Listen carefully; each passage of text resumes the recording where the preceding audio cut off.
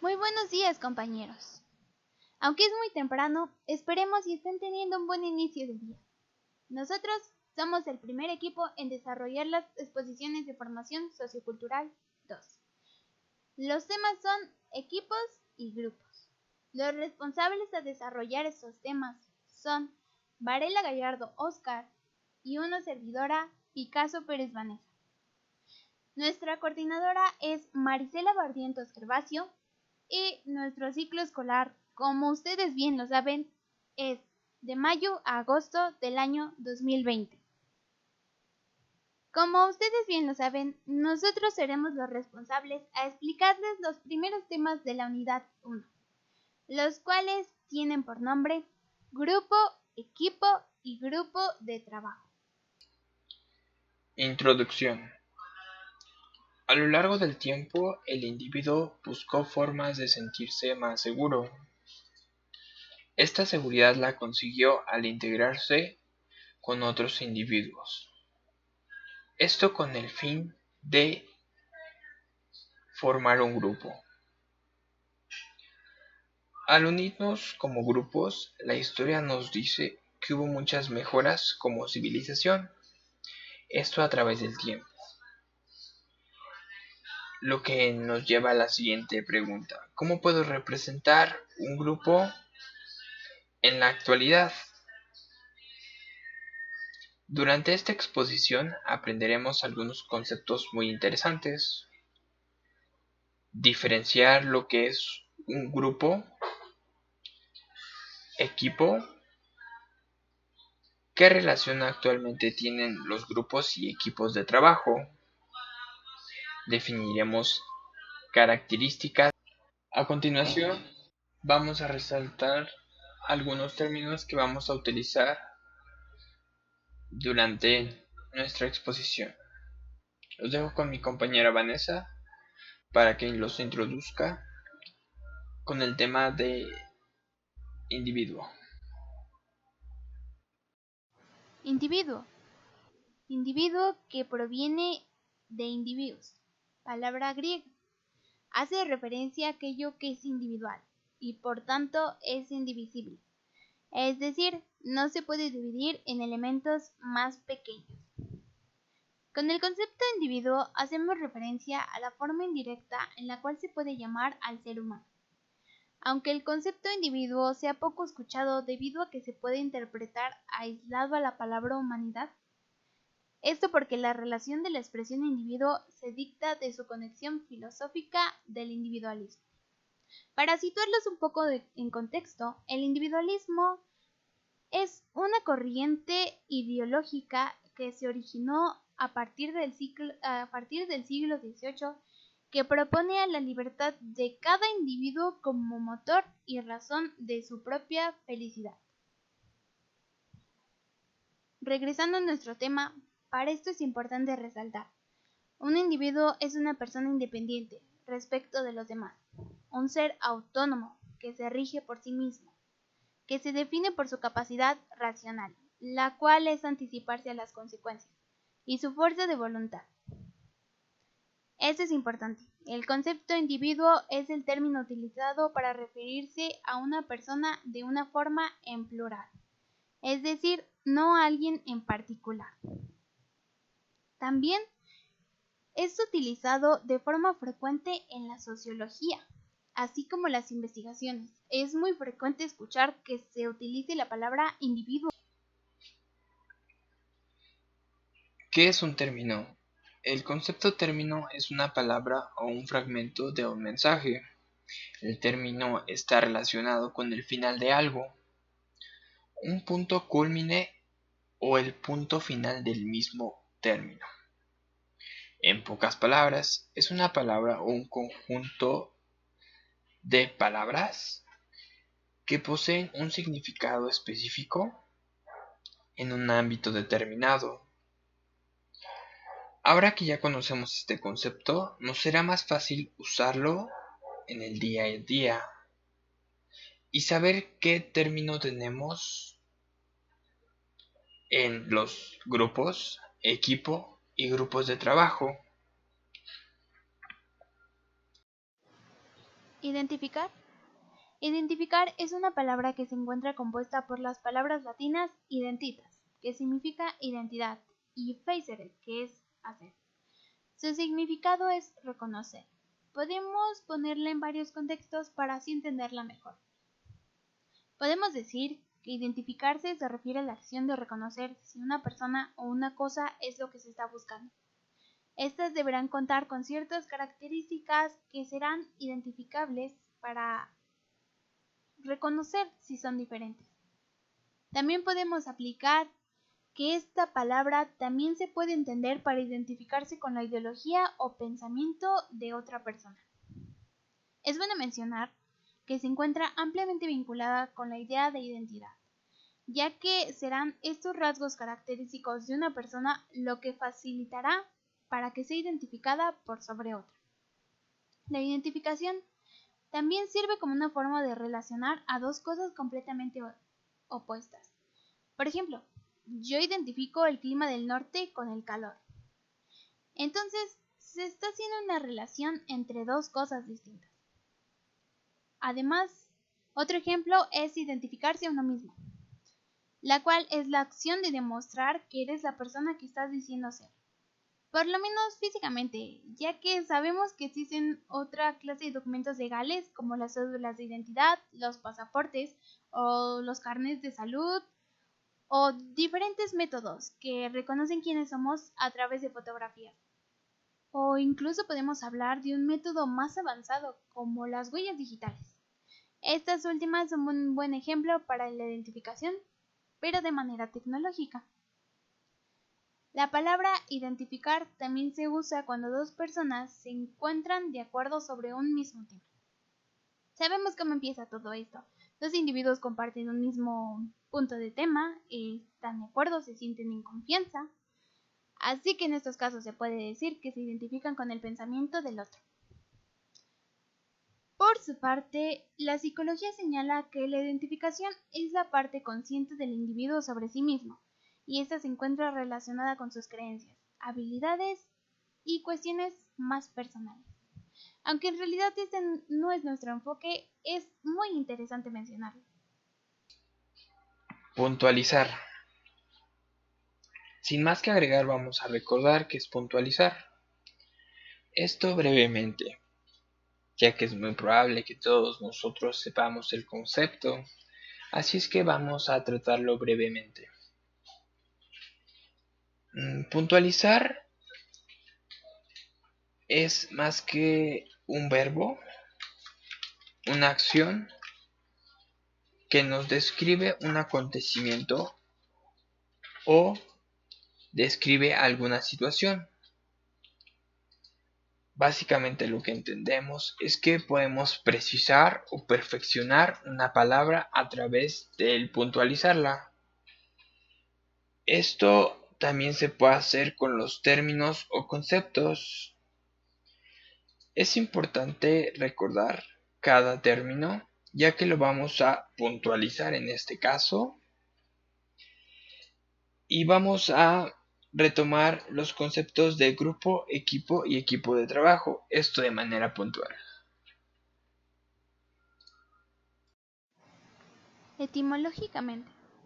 Etimológicamente, del latín etimología, que a su vez tiene su origen en el vocablo griego, la etimología es una especialidad lingüística que estudia el origen de las palabras, al considerar su existencia, significado y forma. En resumen, la etimología analiza cómo una palabra se incorpora a un idioma, cuál es su fuente y cómo varían sus formas y significados con el paso del tiempo. La lingüística comparativa, el cual es un estudio de la lengua, abriendo un paréntesis a esto, es el que estudia el cambio de las lenguas con el paso del tiempo y el proceso del cambio. Permite reconstruir la historia de aquellas lenguas antiguas que nos dejaron registros principalmente directos, como textos escritos, por ejemplo. La etimología en estos casos se basa en los conocimientos aportados por la lingüística comparativa para deducir cuestiones relacionadas al vocabulario.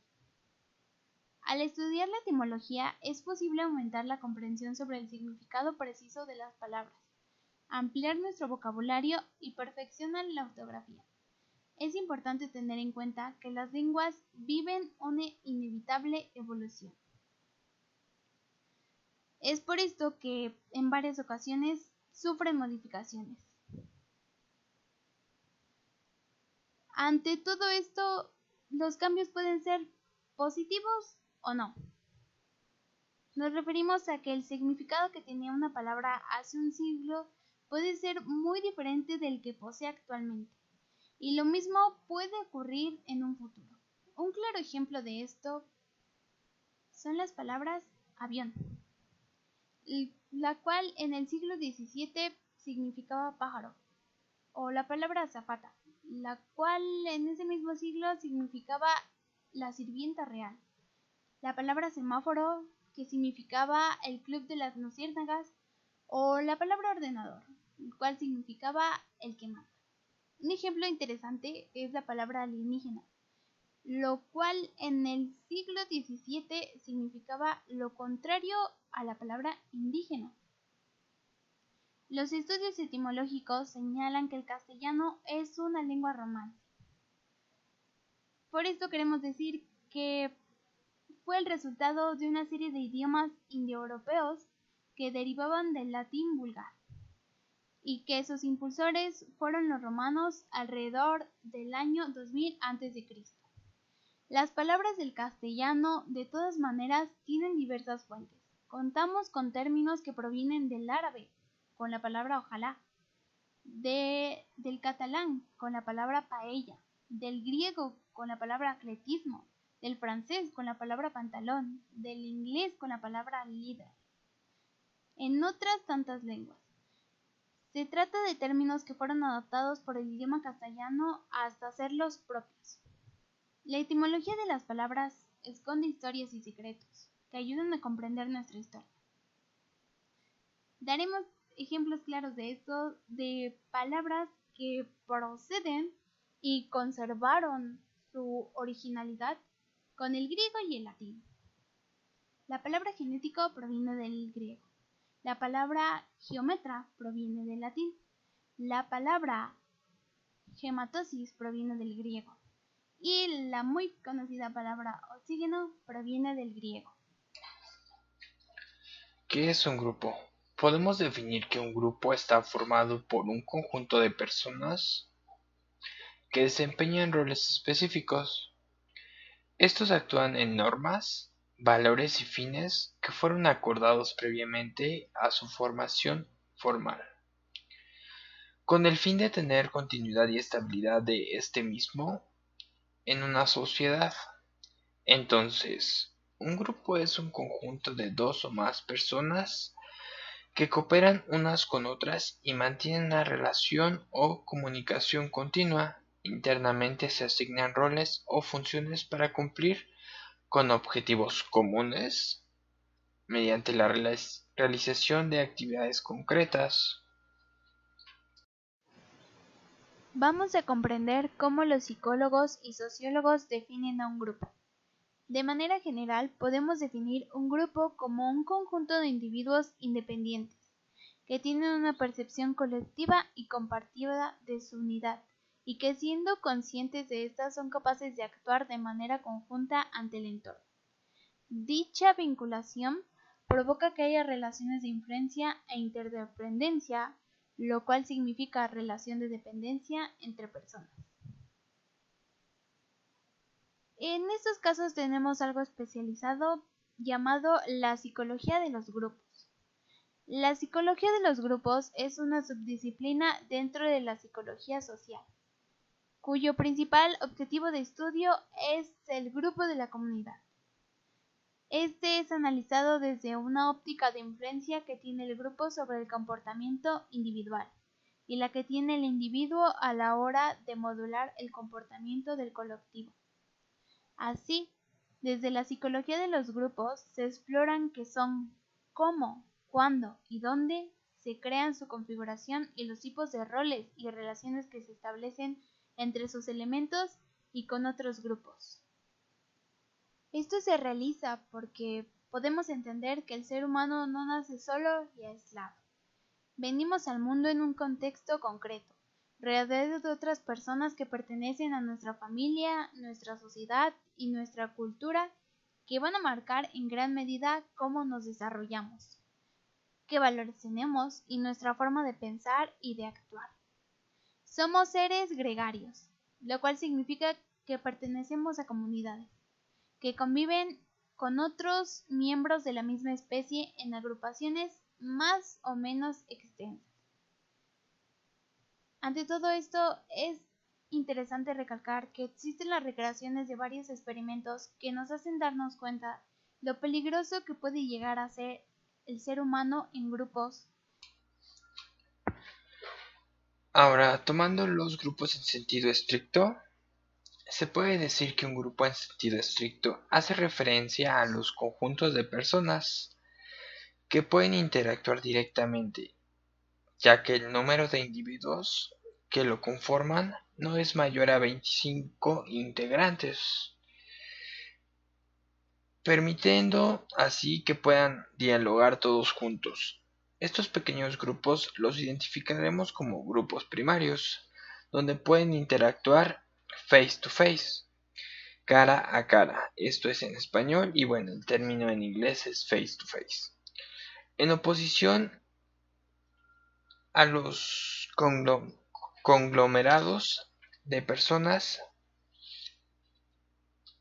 que se disponen, está el término shoulder to shoulder, que bueno, este término es norteamericano y bueno, significa hombro con hombro. Entonces, el sentido estricto de que nos habla que son solo los grupos primarios y que los otros serán sociedades, disculpen, donde se desarrollan relaciones de todos con todos. ¿Esto qué quiere decir? Bueno, aquí en la imagen, como ustedes pueden observar, podemos identificar en estas dos imágenes dos personas que interactúan, las cuales hacen referencia al término face to face, que es una interacción directa. Además de esto, también contamos con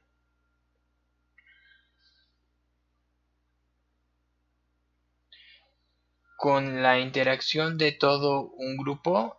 Como bien lo mencionamos, es menor a 25 integrantes y bueno, también cumple con la característica de que es de manera presencial. Y bueno, aquí hacen énfasis al segundo término, que es shoulder to shoulder, que es hombro con hombro. Como podrán observar, ellos están alrededor de un círculo. Este círculo normalmente lo identificamos como un círculo de diálogo. Y bueno, ambas formas son características del sentido estricto. Para facilitar este sentido estricto vamos a definirlo así rápidamente en que es una forma de interacción de manera pues directa, si podemos llamarla presencial, y bueno, se enfoca mucho en la interacción de dos o más personas, como bien lo indicamos, y bueno, este es el sentido estricto. Asignemos que se puede tomar un grupo en el sentido amplio, lo cual se podría aplicar a todas las personas pertenecientes a una organización, ideología o raza. Estas pueden ser miles y aún más millones. Se habla entonces de grupos secundarios. Podemos definir grupos secundarios como aquellos grupos que se constituyen por un número de miembros, que tienen entre sí relaciones formales, quizás sin vinculación afectiva, y que puede cambiar de miembros con facilidad. Un ejemplo típico de esto es un sindicato o la población de una ciudad. Ok, retomando esta diapositiva, nos preguntamos cuál es el interés de los individuos en los grupos, ¿no? Bueno, básicamente los integrantes de un grupo siempre van a tener intereses en común. Una finalidad, ya que la razón de ser o el sentido de la creación del mismo grupo es alcanzar un objetivo y bueno, cumplir compromisos y metas en común. Estos los van a determinar el mismo grupo. Y bueno, es bastante claro que algunos grupos tengan objetivos más allá de los que satisfacen a sus miembros. Un ejemplo podría ser un grupo de presión, estos de medio ambiente, no sé si estén familiarizados. Bueno, estos son para la mejora del medio ambiente y bueno, el fin de estos la meta en común es pues hacer una presión a diferentes instituciones para bueno, frenar este cambio climático y apoyar al medio ambiente. Y bueno, ese es las metas en común que tienen estos individuos y bueno, los intereses, ¿no? Recordemos que los intereses pues podrían ser en este caso el poder reforestar, el poder cuidar el medio ambiente. Ok, ahora tenemos otro ejemplo que estos son, bueno, referentes a los grupos que están más orientados a satisfacer a sus miembros. Mm, un ejemplo que se me viene hacia la mente es el de el curso de inglés. Su interés es que todos aprendan, todos los miembros de este grupo aprendan inglés. Y bueno, este es el medio que están utilizando, ¿no? El pertenecer a este grupo. Lo que ellos pretenden realmente es que cada uno aprenda este idioma de una manera sencilla y bueno, este sería el interés de este grupo. Para retomarlo, el interés de los grupos es básicamente pues un poquito mm, más enfocado a tener metas en común para todos los miembros y bueno, este es el interés. Hablemos sobre un interés de los individuos que tienen en grupo. Esta es la necesidad en común. Digamos que en todo ámbito requiere de alguna forma que exista un trabajo en equipo. En algunos casos la colaboración entre los miembros debe de ser más cercana y por lo tanto requiere mayor colaboración. En otros casos la relación se da de forma indirecta y se debe fortalecer más bien las estrategias de comunicación y el liderazgo. Para comprender el trabajo en equipo es necesario profundizar primero en estas variables, el cual es el objetivo común, el central, el que da el motor al equipo. Y la verdad es que no puede existir un verdadero trabajo en equipo si no existe un objetivo que todos los miembros compartan. En algunas ocasiones esto es más explícito y consciente. En otros contextos, el objetivo no se nombra con claridad, pero hay una meta que se está buscando alcanzar. Así como tal, tenemos variantes que también pueden servir que cubran las necesidades de un individuo, ya sea las necesidades personales que él tenga. Y esto está relacionado con otra necesidad, que es la necesidad del ego, el cual se puede definir como que al pertenecer a un grupo ayuda a satisfacer las necesidades del ego al proporcionar al individuo sentimientos de realización, reconocimiento, identidad y competencia. Al proporcionarle oportunidades para edificar la confianza en sí mismo, las necesidades del ego proporcionan también una orientación para manifestar el comportamiento, ya sea en diferentes ámbitos, ya sea en un ámbito laboral o en un ámbito escolar. Depende de a lo que se enfoque el grupo. Pero el punto es que esto sea aceptable y para manejar un juicio de comprobación que tenga el individuo hacia él mismo. Vamos a hablar un poco acerca de los intereses comunes. Estos pueden ser un poquito, pues yo creo que fácil de interpretar, ya que es fundamental que un grupo tenga una serie de intereses. Estos pueden ser objetivos, pueden ser metas en común, como lo hemos visto a través de las diapositivas y de toda esta presentación. Mm, Estos grupos o equipos generalmente tienen un enfoque en común o este puede ser asignado. Al hablar de intereses comunes, nos damos cuenta que los miembros deben de ser solidarios con el objetivo, anteponiendo al grupo los intereses personales, ya que esto restará tensiones y conflictos, conduciendo a la cohesión de cada una de las personas. Esto para no comprometerlos. La constitución de objetivos grupales implica la motivación del grupo para el logro de los mismos, tanto desde el punto de vista grupal como individual. La persecución de objetivos generales aporta al grupo motivaciones, solidaridad entre los mismos, mayor productividad y satisfacción para todos los integrantes del grupo. Como ustedes podrán ver en estas tres imágenes, podemos ver intereses comunes. Estos son tres ejemplos que se me vinieron a la mente. Pues en la primera imagen, donde se ve a este famoso presidente de Estados Unidos, Donald Trump, pues bueno, ellos tienen intereses comunes, ¿no? Estos pueden ser diferentes, pero tienen un enfoque en común y bueno, un interés nuevamente común.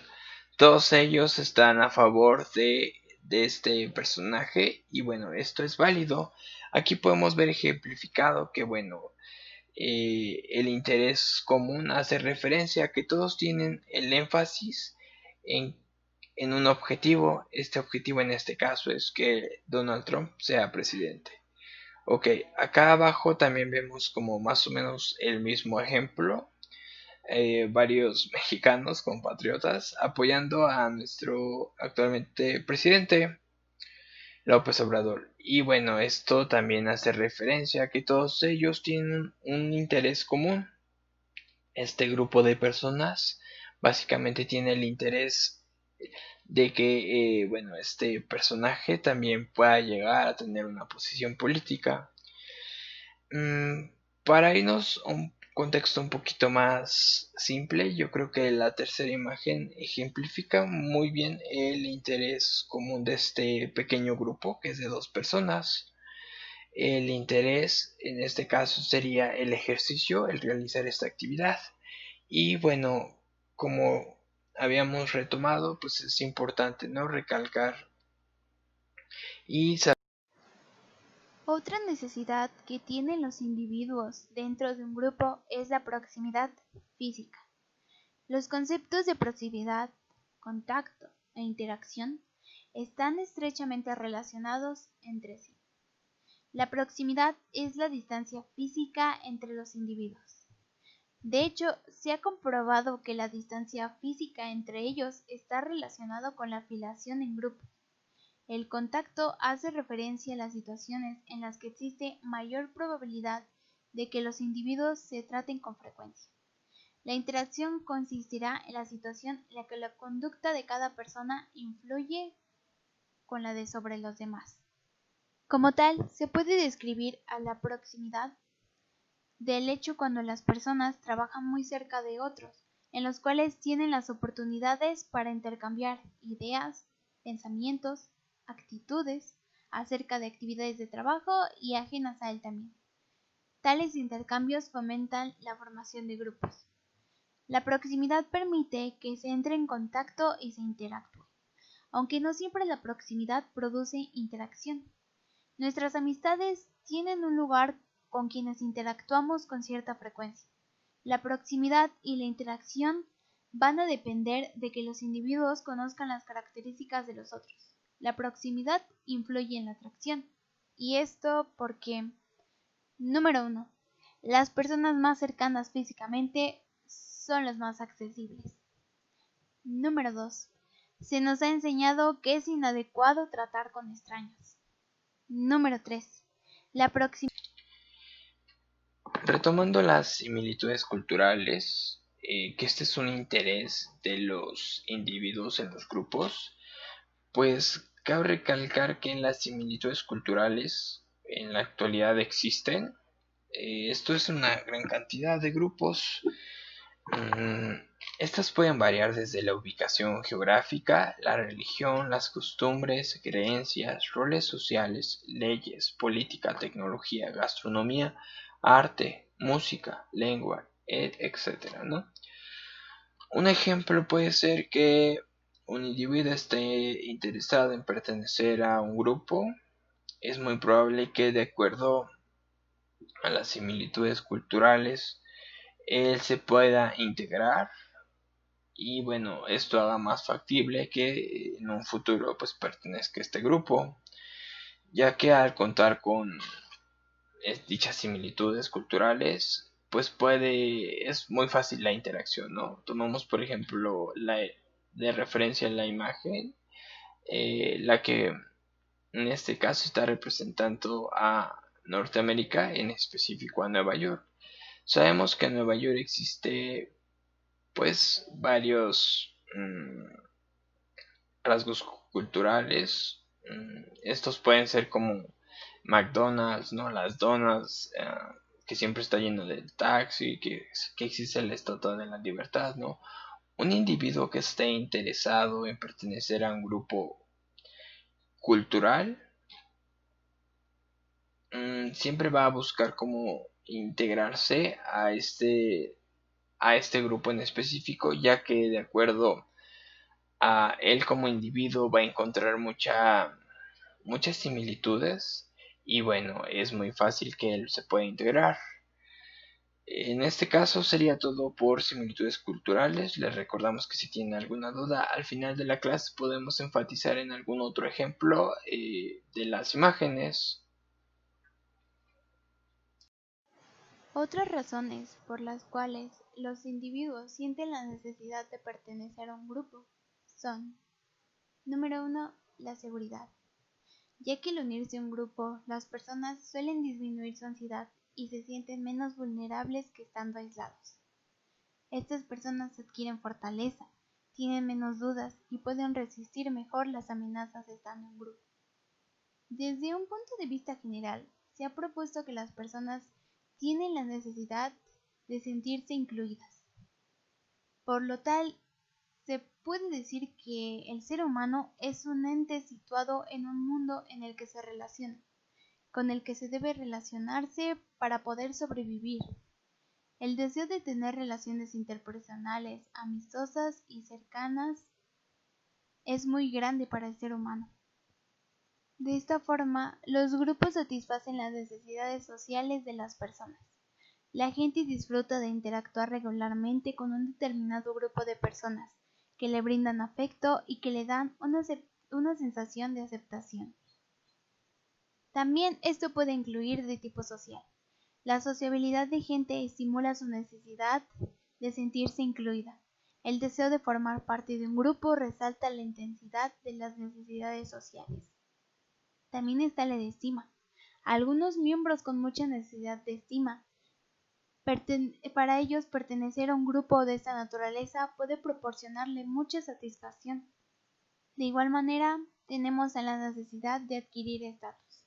Formar parte de un determinado grupo considerándose importante por las demás personas, le proporciona al individuo una posición envidiable ante la sociedad y le hace obtener reconocimiento por parte de los miembros y de los no miembros de dicho grupo. También otra razón puede ser para fortalecer la autoestima. Los grupos pueden proporcionar a las personas sentimientos de valor propio. Es decir, además de darles estatus o posición social, ser miembro de un grupo puede brindarle a la persona un sentimiento de ser útil, de sentirse válido, de fortalecimiento de su propia imagen, porque le hace sentirse mejor consigo mismo. Por último, tenemos la necesidad de poder. Muchas de las metas personales no se pueden alcanzar individualmente. Con frecuencia será necesario obtenerlas a través de acciones de grupo.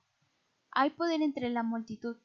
Por esta razón, muchos trabajadores se integran en sindicatos o uniones que les permiten hacer presión para lograr mayores beneficios y prestaciones. ¿Qué es un equipo? Recordemos que tiene un origen germánico, inglés y además alemán. Es decir, básicamente es un grupo de personas funcionales y bien organizadas. Esto quiero dejar ahorita, abrir un paréntesis y quiero que hablemos de las siguientes palabras que nos parecen claves, las entendamos y bueno, podamos seguir con nuestro tema de qué es un equipo.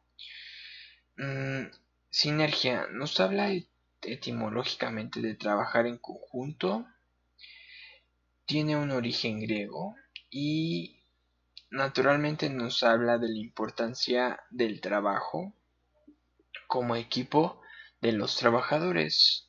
Por otra parte, la meta común nos indica que debe existir un trabajo,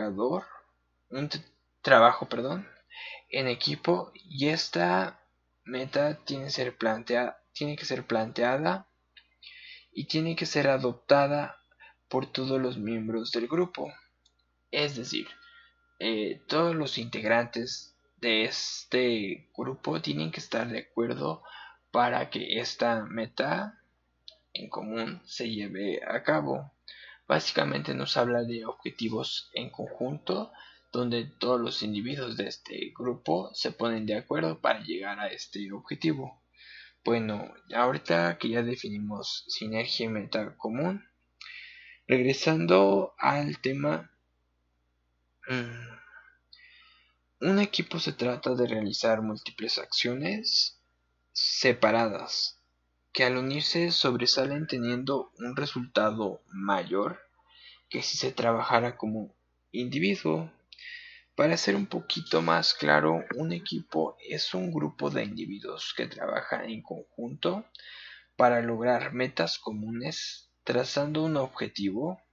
Estos objetivos se logran a través de desarrollar y explorar habilidades, características, ingenio y sobre todo conocimientos previos.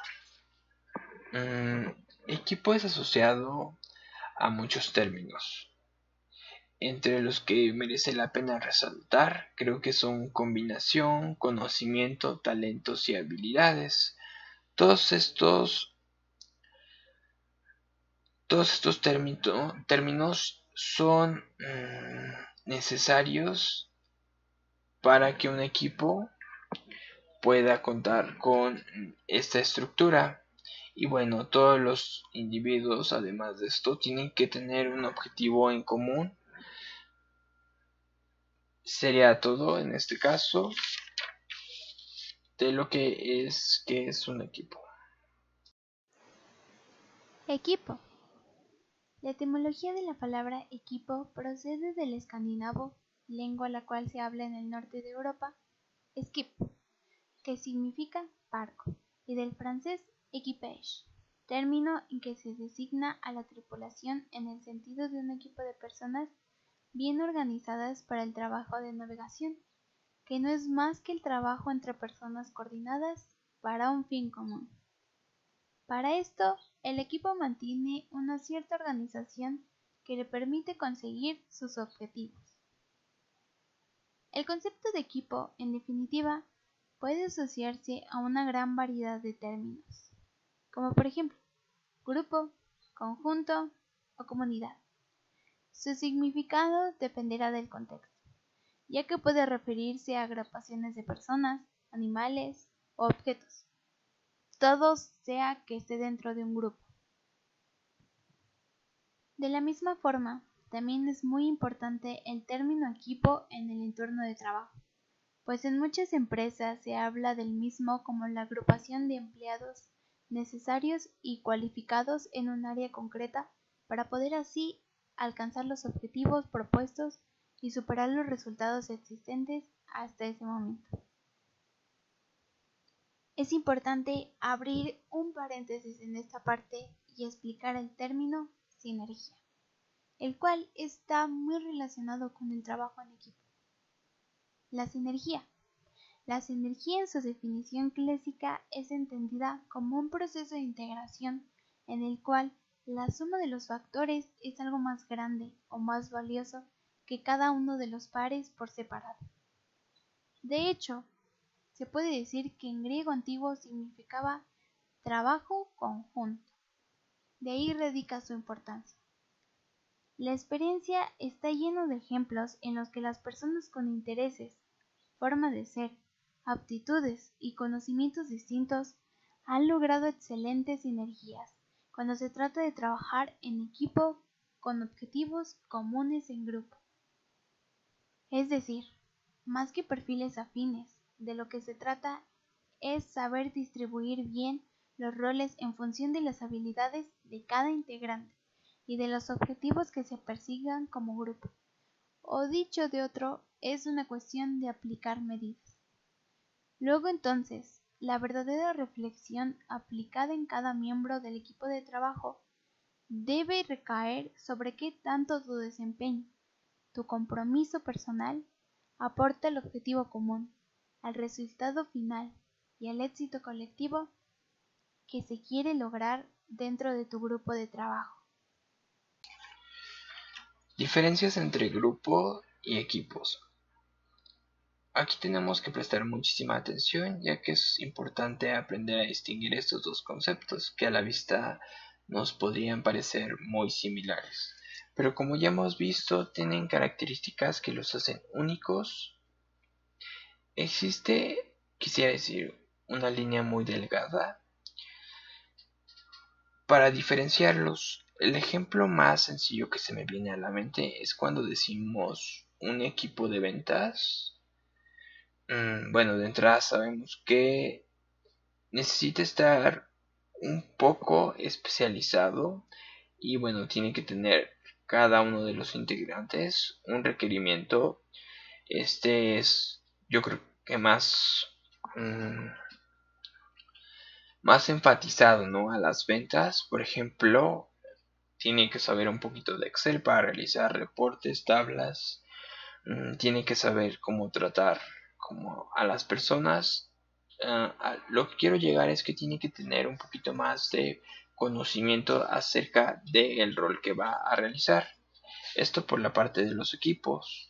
Ahora, por parte de los grupos, un ejemplo muy sencillo se me viene a la mente es un grupo de señoras, ¿no? Se entiende que simplemente tienen que ser un grupo de personas de sexo femenino. Y bueno, estas no tienen que estar especializadas en ningún tipo de conocimiento, no tienen que tener ningún requerimiento previo, nada.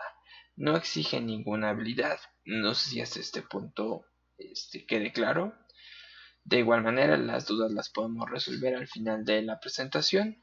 Y bueno, para quedar un poquito más claros, básicamente un equipo requiere pues que estés especializado un poco más en lo que vas a realizar, y un grupo no requiere tanta preparación para poder pertenecer a este grupo. Ahora, cabe resaltar que ninguno es más ni menos, solo tienen características que los definen de diferente forma, y cada uno es único, ya que los individuos que los integran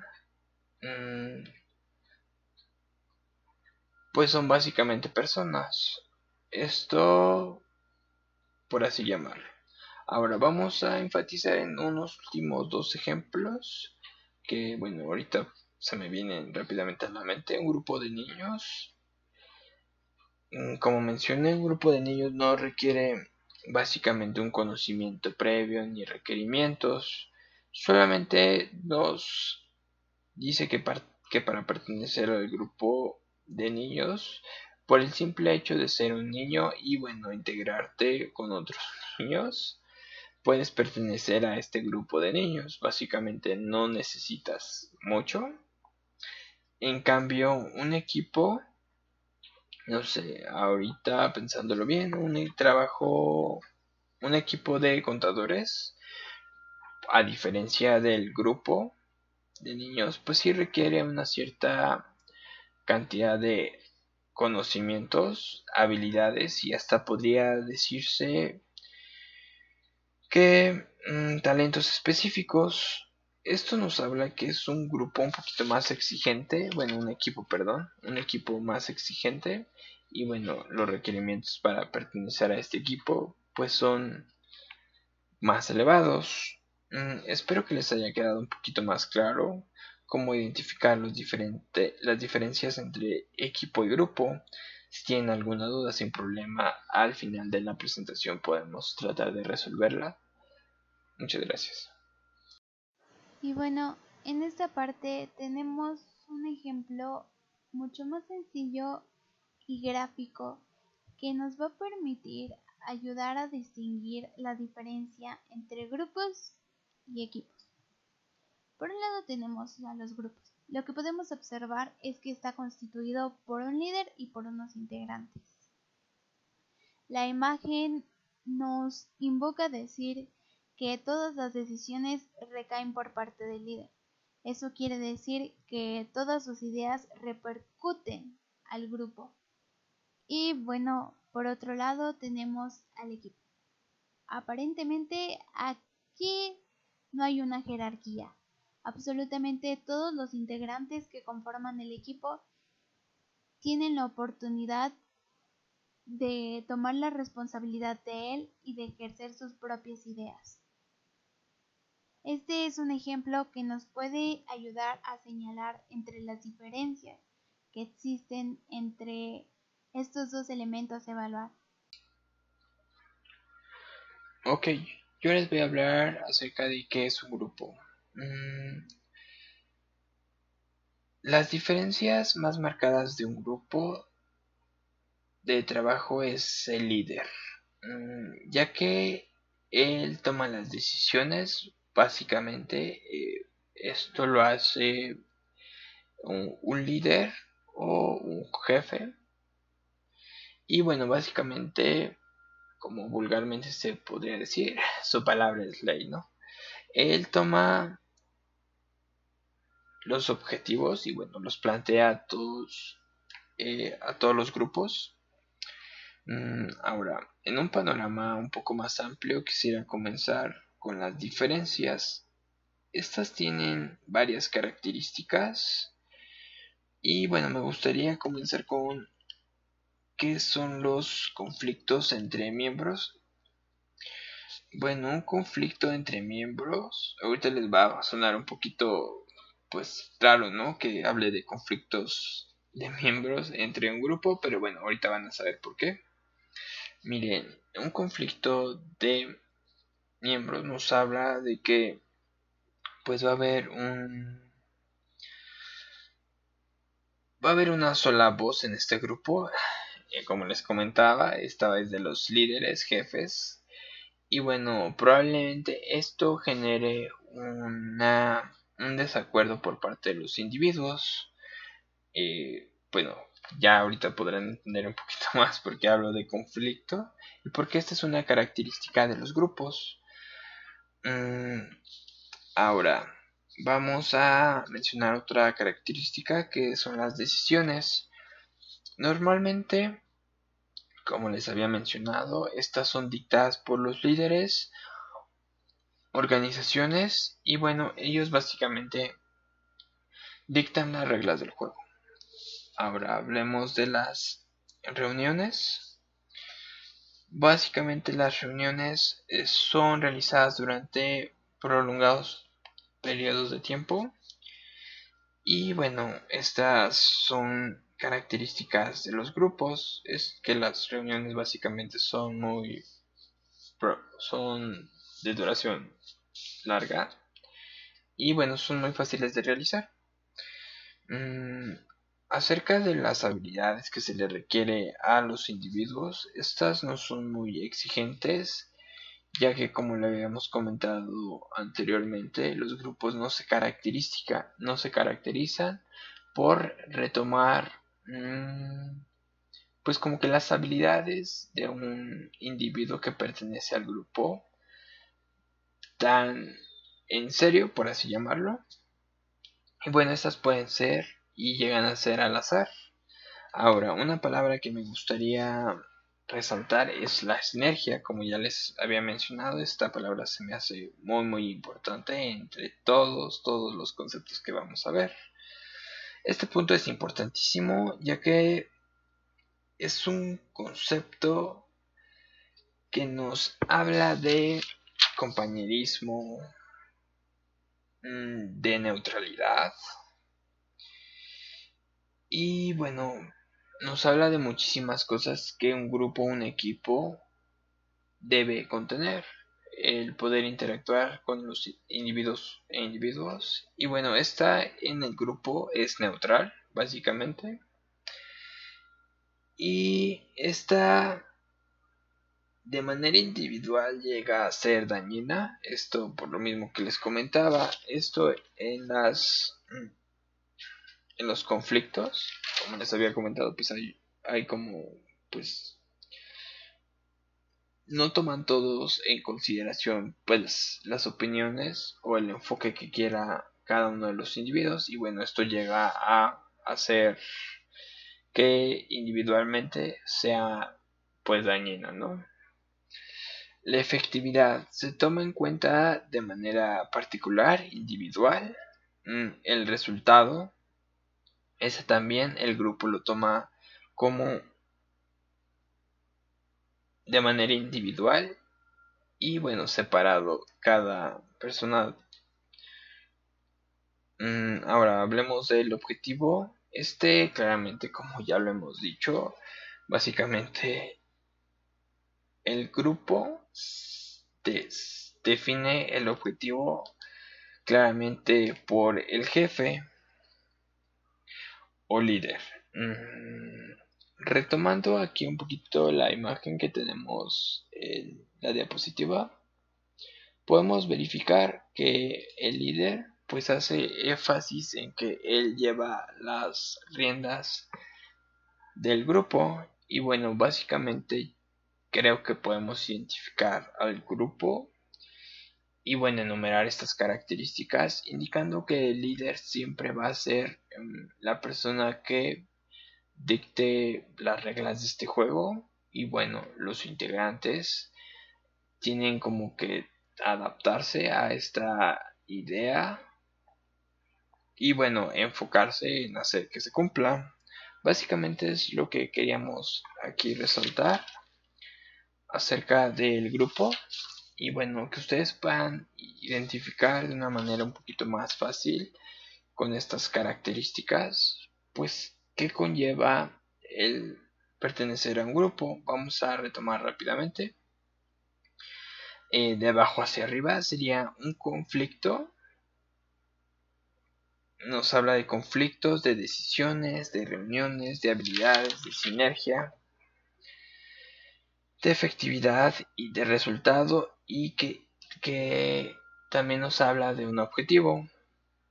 Básicamente cada una de ellas, pues como se las había mencionado, menciona algo en particular que, bueno, hace que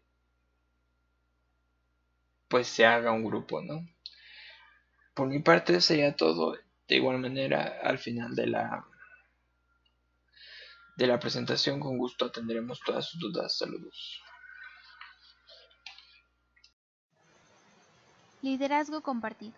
El término liderazgo compartido surgió en los años 90, cuando comenzó a extenderse la necesidad real de tomar las organizaciones. ¿Qué significaba esto? Que la jerarquía quedaría más repartida y que la responsabilidad y autonomía cimentaron la base de un funcionamiento menos jerárquico. Esta necesidad marcaría los pasos del inicio del liderazgo compartido de alto nivel. Definimos el liderazgo compartido como un modelo en el que el poder no emana de una única persona, líder o varias, que cae en cascada, sino que surge de cada punto y de todos los miembros de las organizaciones, de la compañía. Rasgos esenciales de este modelo de liderazgo son el delegar y empoderar a los trabajadores, con el fin de apostar por la diversidad de ideas y opiniones, además de fomentar su desarrollo personal dentro de la empresa y hacerles partícipes en la toma de decisiones como clave para impulsar su motivación. Parte de las características del liderazgo compartido son: aumentar la implicación de los trabajadores. En el momento que como empleados sentimos que nuestras aportaciones y nuestra opinión se toman en consideración, el nivel de implicación se multiplica. Potencia el desarrollo personal. Al adquirir mayor responsabilidad, automáticamente obtenemos nuevas fortalezas y habilidades. Fomentar la creatividad y el trabajo colaborativo. Nos esforzamos por realizar aportaciones interesantes que generen conservación. Facilita el descubrimiento de nuevos líderes. Dicen que solo observando a alguien podemos saber más acerca de la persona que hablando con ella. Y es que es una forma muy sencilla de ver qué estrategias y actitudes afronta cada cual en las adversidades. Garantiza la aceptación de las decisiones adoptadas. En el momento en el que se democratiza la toma de decisiones, resulta más inapropiado quejarse si no estamos de acuerdo con algo, puesto que en tal decisión se ha participado y aportado puntos de vista. Evita la sobrecarga laboral, principalmente de los altos cargos, ya que de ese modo podrán priorizar sus tareas y delegar las que consideren necesarias. Sin embargo, lo cierto es que como casi todo en la vida, este modelo de liderazgo compartido también tiene sus riesgos. Podemos encontrarlo ante escenarios donde es imposible delegar la responsabilidad, o incluso escenarios en los que es necesario encontrar un balance entre la libertad de dejar hacer y una supervisión sin interferencias. De ahí la importancia de fijar unos objetivos bien claros y por escrito. Equipos de trabajo. ¿Qué es un equipo de trabajo, no? Vamos a hablar del concepto. Básicamente nos dice que es un conjunto de personas con habilidades complementarias que realizan una tarea para alcanzar resultados en común. Esto te tiene que sonar un poco a todo lo que hemos retomado a través de las presentaciones. Veamos sus características y notemos algunas diferencias. Hablemos de las personas o individuos que pertenecen al equipo de trabajo. Estas son consideradas no como un recurso, sino que constituyen una concepción del equipo. Básicamente no son como tratadas como herramientas y son consideradas más como pues un integrante, ¿no?, del mismo equipo. Vamos a hablar ahora de habilidades complementarias. Los individuos del equipo se complementan unos con otros. Esto es de acuerdo a las habilidades que tiene cada uno de los integrantes. Más adelante vamos a dar un ejemplo para que nos quede un poquito más claro. Además de esto, un equipo de trabajo tiene que tener habilidades complementarias.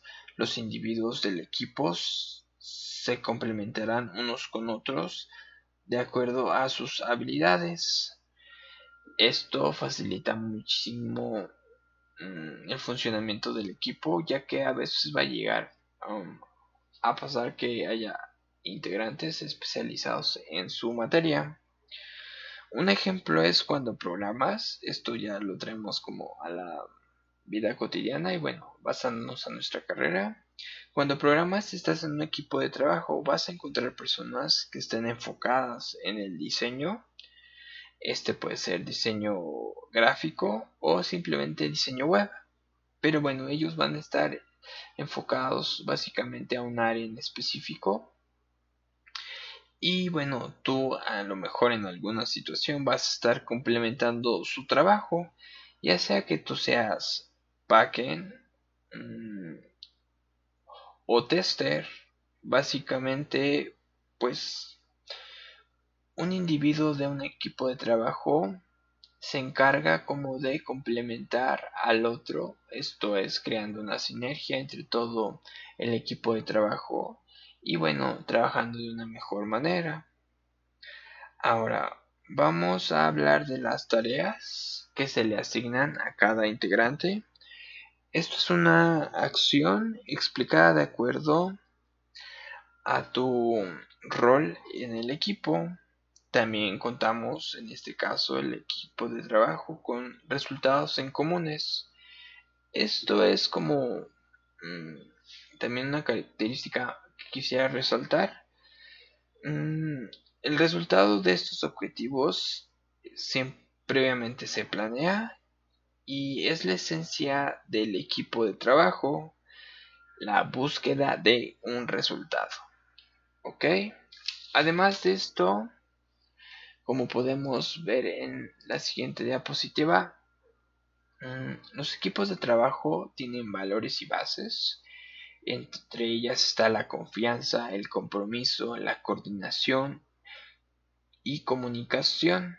Cada uno de estos valores y bases se complementan para tener una mejor estructura y tener bien planteadas estas bases de un equipo de trabajo.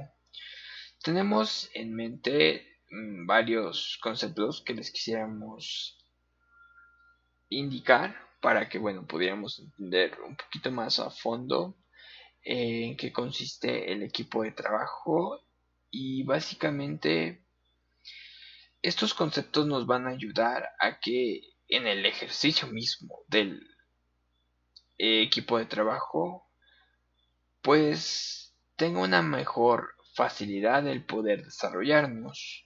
Tenemos que tener bien presente la misión y visión, propósitos, objetivos y metas. Esto básicamente nos va a ayudar a tener pues una mayor facilidad al poder integrarnos a un equipo de trabajo. Ahora quisiera hablar un poquito de la organización interna. Esta consiste en la dirección que lleve el proyecto del equipo de trabajo. Y estas instrucciones o organización requiere que tengamos unas instrucciones precisas, estableciendo criterios convenientes para los objetivos que previamente pues el equipo de trabajo ha marcado. Ventajas acerca del pertenecer a un equipo de trabajo, pues creo que son muchísimas, pero vamos a resaltar algunas. Pues contamos con un buen liderazgo, buenos manejos de tiempo, congruencia, participación y mejores procesos. Para terminar quisiera resaltar que también nos provee de aprendizaje personal. Nos ayuda a aceptar la crítica, ser autodidáctico, respetar opiniones, aprender a escuchar y ser flexibles en muchísimos aspectos de nuestro trabajo. Básicamente eso sería todo para terminar y por mi parte sería todo. Etimológicamente. Etimológicamente, del latín etimología, que a su vez tiene su origen en el vocablo griego, la etimología es una especialidad lingüística que estudia el origen de las palabras, al considerar su existencia, significado y forma. En resumen, la etimología analiza cómo una palabra se incorpora a un idioma, cuál es su fuente y cómo varían sus formas y significados con el paso del tiempo. La lingüística comparativa, el cual es un estudio de la lengua, abriendo un paréntesis a esto, es el que estudia el cambio de las lenguas con el paso del tiempo y el proceso del cambio. Permite reconstruir la historia de aquellas lenguas antiguas que nos dejaron registros principalmente directos, como textos escritos, por ejemplo.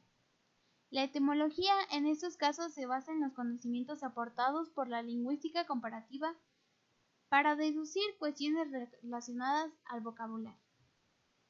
Al estudiar la etimología es posible aumentar la comprensión sobre el significado preciso de las palabras, ampliar nuestro vocabulario y perfeccionar la ortografía.